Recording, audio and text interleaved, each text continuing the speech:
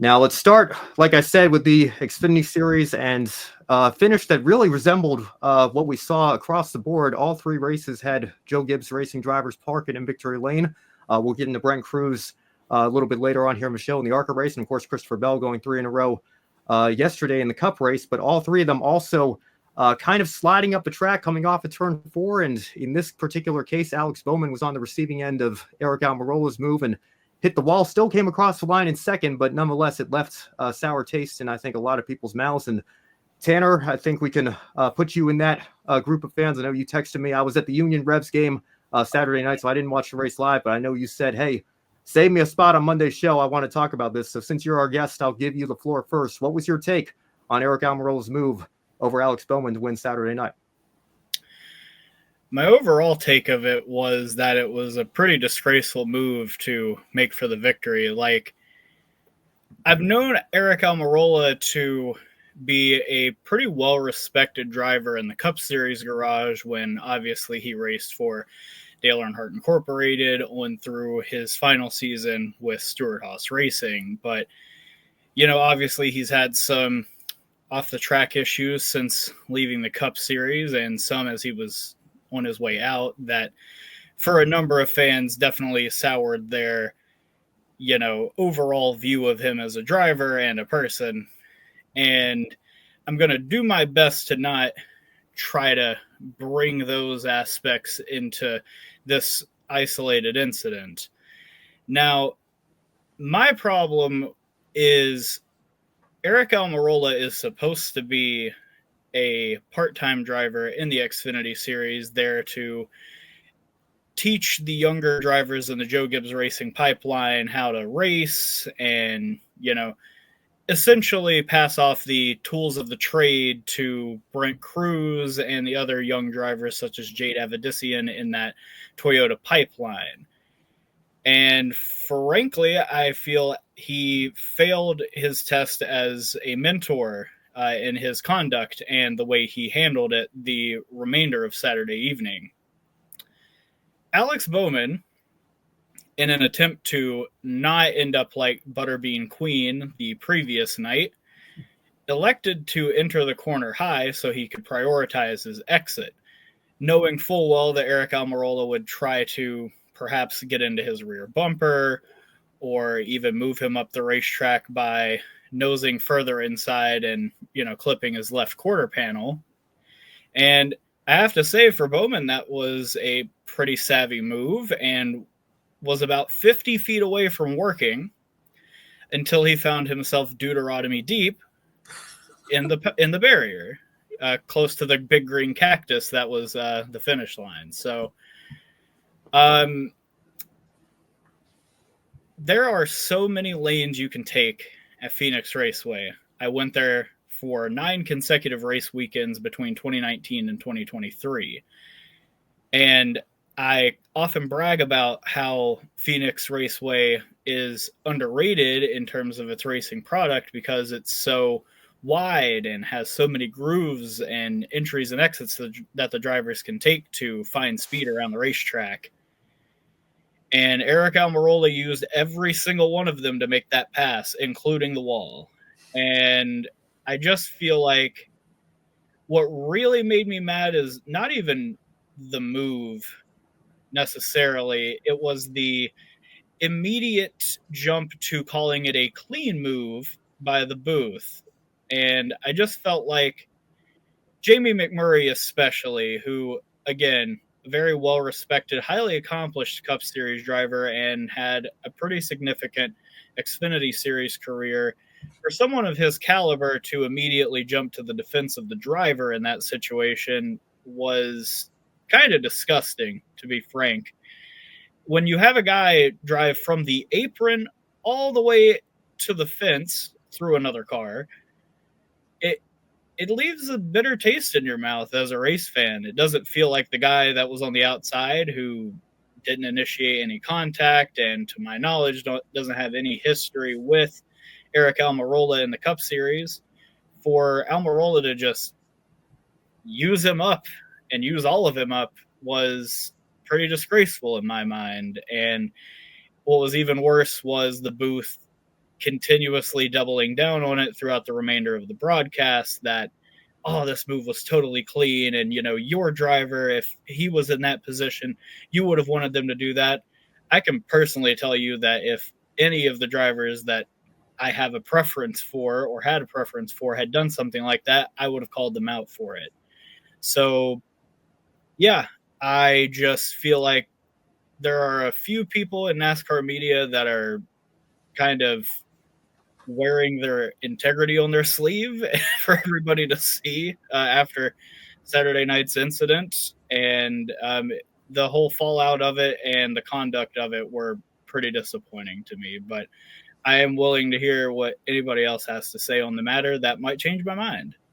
Well, I'll just tell you real quick before, and Brandon, I'll let you jump in here in a second because I know you've been kind of high on Almirola ever since, I think, with 2018 Daytona 500. He was on the receiving end of wreck for the win in that race. But to Tanner's point, and you can go back, my personal podcast, The Ben Schneider Show, I think it was episode 41. I brought my friend Kyle Murphy on. It was right after the 2021 Bristol Xfinity Series race. That was a finish between AJ Allmendinger and Austin Cindric. And again, very similar style of racing, I guess we saw. And it wasn't just AJ that night. I think it was everybody involved in that finish. Cindric did it at some point. Allgaier did it the start of the overtime restart that we had. But I was just like, look, I wasn't a fan of that. And AJ's been my childhood favorite driver since 2007. And I can't really take joy in celebrating this victory because I don't like how that finish played out. So, I think that sometimes, we as fans obviously have our biases or our preference for one driver or another, but I think it is important to kind of call it as we see it.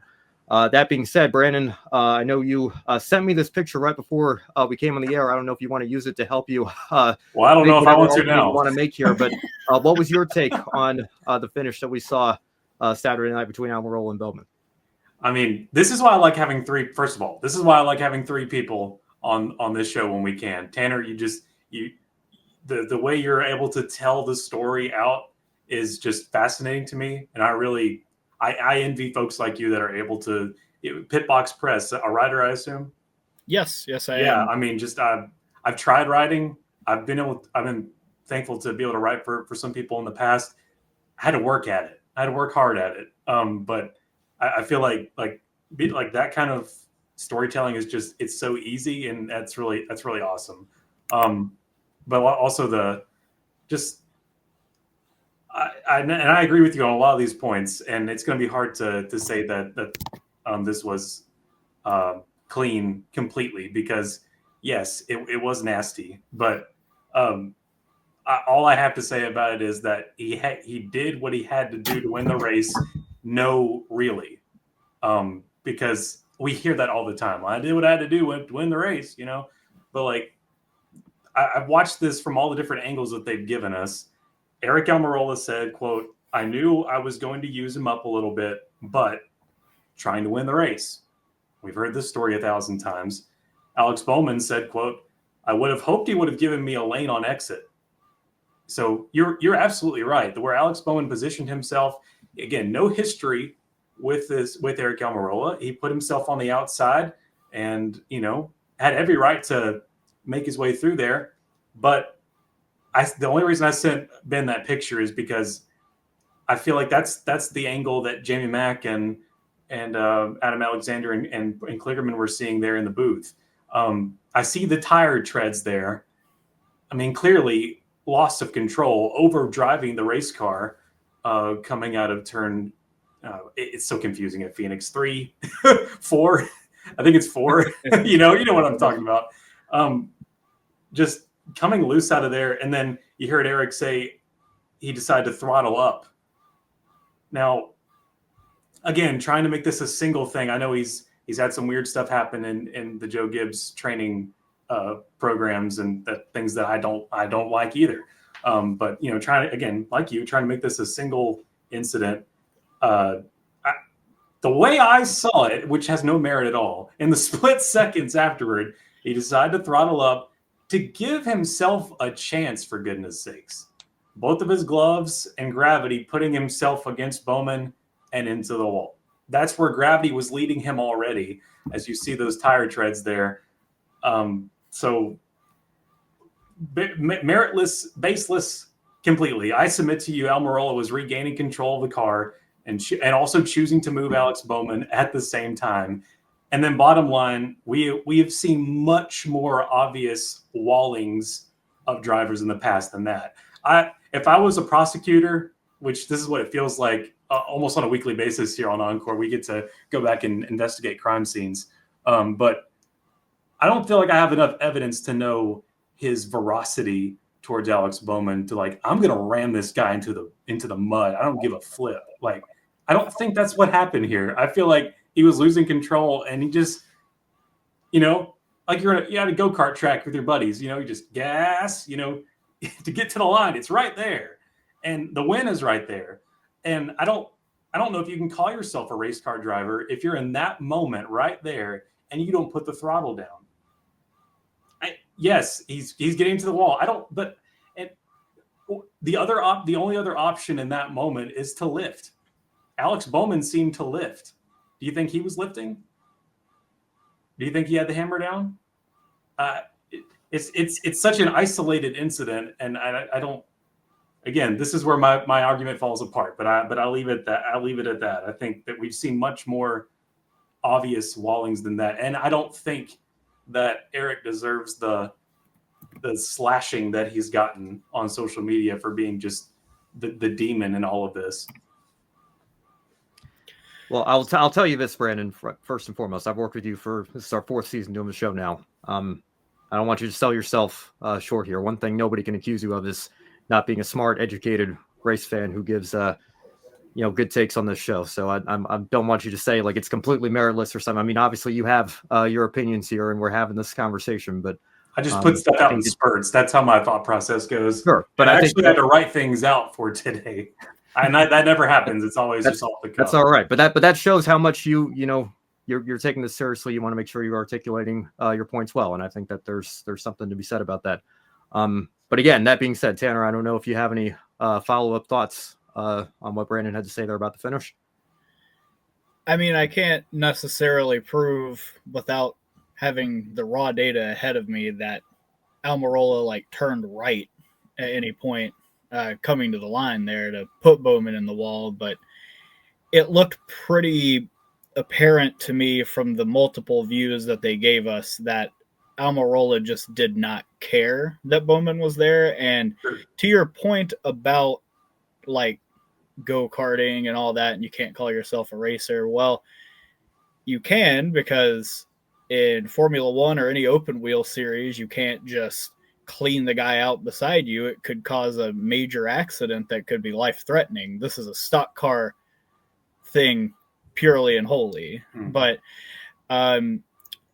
this is coming from somebody that thinks that Aric Almirola and his place in NASCAR history is warranting of him being a Hall of Famer.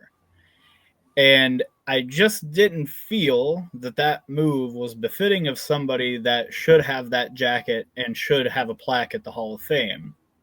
It was just not the kind of move that I feel like anybody wanted to see, and that's why Brent Cruz didn't do it the day before. That's why Daniel Hemrick didn't do it 4 years ago in the Xfinity Championship race against Austin Cindric, when it would have been more than easy to do so. Christopher Bell also did not replicate this same maneuver the following day on the overtime restart in the Cup race. I just don't think you have to completely clean a guy out to win a race.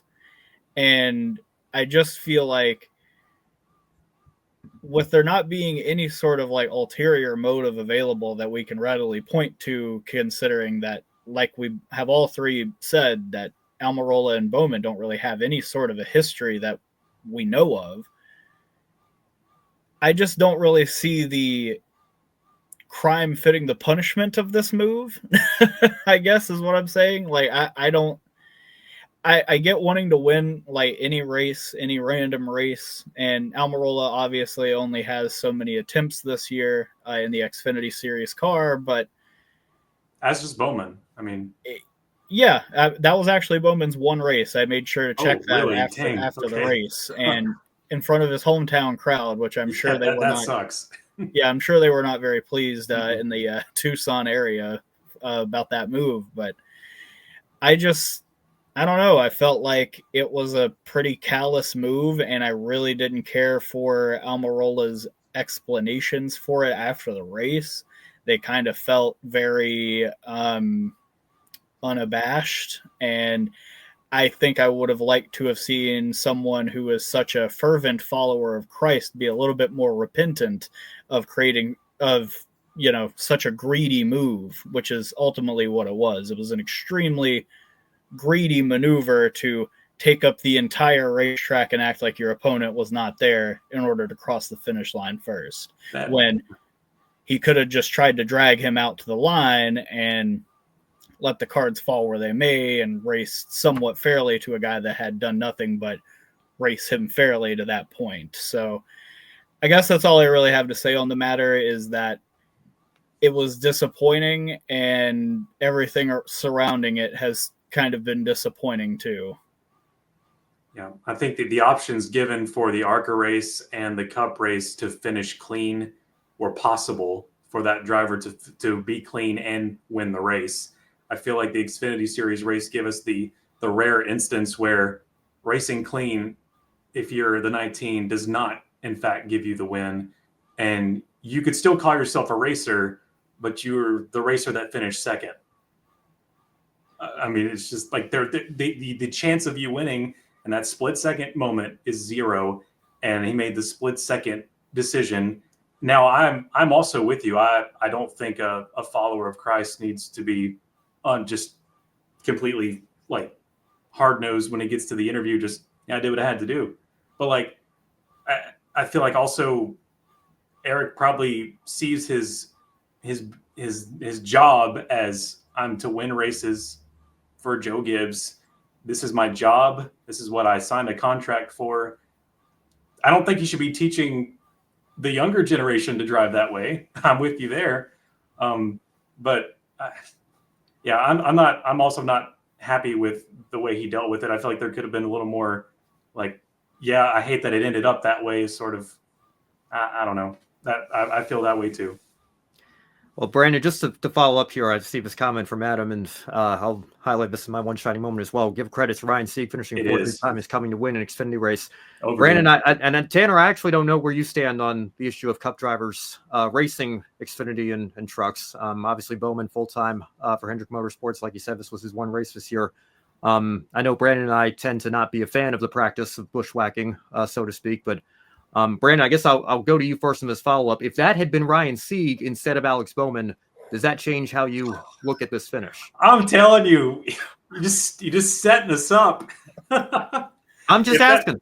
If that was Alex LeBay, I mean, you can go on. I mean, if that was Kyle Sieg, if that was Ryan Sieg, if that was Anthony David Alfredo. Starr, Anthony Alfredo. Yeah, I mean, heck, if it had been an independent Xfinity Series team and driver instead of a Cup leech, does that change how you view the move Almirola made? You know, if they did that, we probably would still be crying foul because, like, yeah, they don't belong up there, and there they go, just taking what doesn't belong to them. And if it was Alex Bowman that did that move, we'd get the Hendrick army coming in and just defending him to the death. And we all know that. But that is, I mean, again, that doesn't need to be argued. But yeah, Ryan Sieg, that would be a tough one. But again, it's hard for me to be consistent.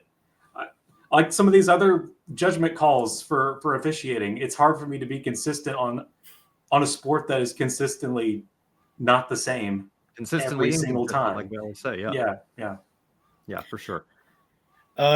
Just to kind of briefly touch on my overall thoughts about Xfinity and trucks being infiltrated by Cup Series stars. Sure.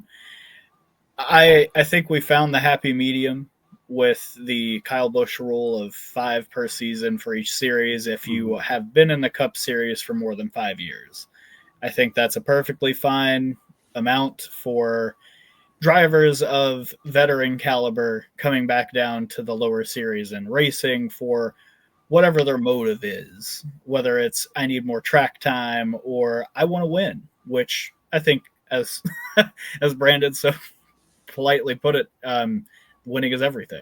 So, well, and I'll tell you, I was there covering the race for Brock Beard and NASCAR.info. Aric Almirola did that at Sonoma in 2023, driving for Ryan Sieg's team. Obviously, a lot of influence in that car that day in a big technical alliance there. But yeah, that is kind of ironic, just thinking of that connection there. But yeah, to touch on the hypothetical of if it was an Xfinity regular, even let's just take it even further out.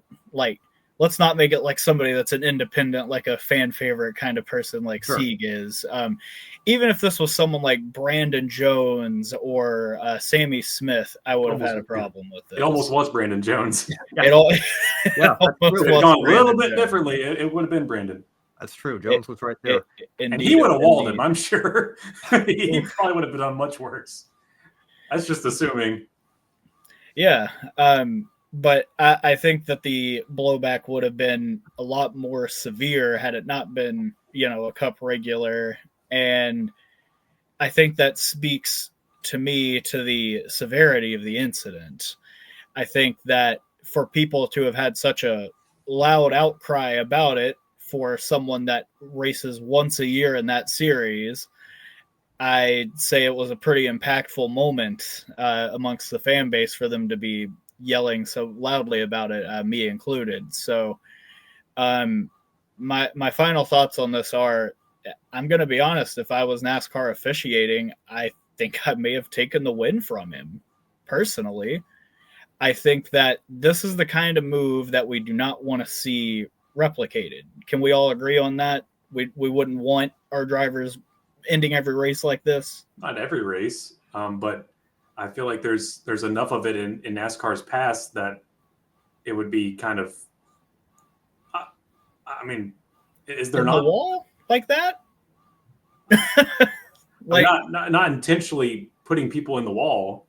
Again, I don't think it was 100% intentional to put him into the wall. And that's hard. Again, that's hard to argue. I know, because I wasn't there. I don't know the telemetry. This to me is like a half step or a quarter step below, like Austin Dillon diving into turn 3 at full speed and plowing through Joey Logano's bumper to me. Like that, it was a move that reeked of desperation, and I think had Bowman had been scraping the wall and not, several foam barriers into the wall like he ended up being, Bowman probably wins that race. And, Almirola can still say afterwards, I was willing to give it all it took without, absolutely killing the guy. But clearly after the race, that was not his attitude. He had a very, I'm going to say, rosy tinted picture of what happened afterwards. He was like, I didn't junk Bowman, but you kind of did. That car was billowing smoke like clouds after the finish line. So it'll be interesting to hear from the Hendrick engineering department on how not junked that car ended up being. But I would just like to say, like, I don't think that I want to see that kind of finish and that kind of maneuver be replicated going forward. And I would hope that in the event that this happens again, and hopefully it would never happen at the championship race, but this is the kind of things they set this track up for when they reconfigured it. I'm just of the opinion that we can't have guys just stuffing other guys into the wall like this to win a race. And if it had been me in the booth, I probably would have put him at the end of the lead lap and called it a day very quickly. Yeah, well, I'll just give my thoughts here briefly, and then we can move on because I know we've got other things to discuss tonight. I think I'm somewhere in between both of you. I don't think it was the most egregious thing I've ever seen. I think Austin Dillon last year at Richmond is a perfect example of that. And absolutely, at the bare minimum, at least Bowman did still come across the line in second. I know it obviously doesn't mean as much to somebody like him since he's not running the series for points or whatever, but it's not like he got completely turned or hooked in the right rear like Denny Hamlin did just a couple of seconds later in that finish with Austin Dillon. So that being said, I think there have been far more egregious issues of intentional wrecks in the history of the sport. And Brandon, to your point as well, I haven't seen with telemetry. I don't know fully what Aric Almirola's intentions were. If he did get loose, if he wasn't fully intending on walling him, or if he was just I'm going to try to win at all costs. I think only Aric knows that for sure. Whoever has access to telemetry in full. That being said, I wouldn't call the finish clean. I think that's certainly a massive reach if Aric's going to try to argue that. And clean. I do agree with Tanner's point here. It reminds me a lot of you want to talk about a young driver in the Gibbs development line. How about Ty Gibbs himself? And thinking back to again, ironically, Brandon Jones was also involved in this finish as well, but the 2022 Martinsville race to not even lock himself into a championship 4 because he was already in. Brandon Jones was trying to win the race to get into a championship 4, and Ty Gibbs still didn't care. He completely cleaned him out. And, I think that, again, but maybe I can also see a counter argument where it's like, is the blame really belonging to Aric Almirola, or is that just kind of the culture that we've manifested in the sport nowadays, where moves like that, because they've gone unpenalized, are deemed acceptable? And, you might have some people upset on social media. You might have some drivers upset in the post-race press conferences, but then, the series moves on to the next race and everybody kind of moves on and forgets about it and becomes history there. And they still write your name on that trophy, and it's still in the record books for all of history. So, I don't know. I think there's a lot, obviously, of a conversation. That's why we spent almost the first half hour of the show on it. And I think that, there's merit to both sides of the argument in my estimation. And, like I said, I sound like a broken record on this show because there are very few issues in this sport where I don't at least understand where both sides of the argument are coming from. Again, I don't think it was the most egregious thing I've ever seen, but I also wouldn't call it clean and wish that we could get cleaner finishes to these races. And you all know how I feel about overtime. You know how I feel about kind of the culture that we have in the sport nowadays.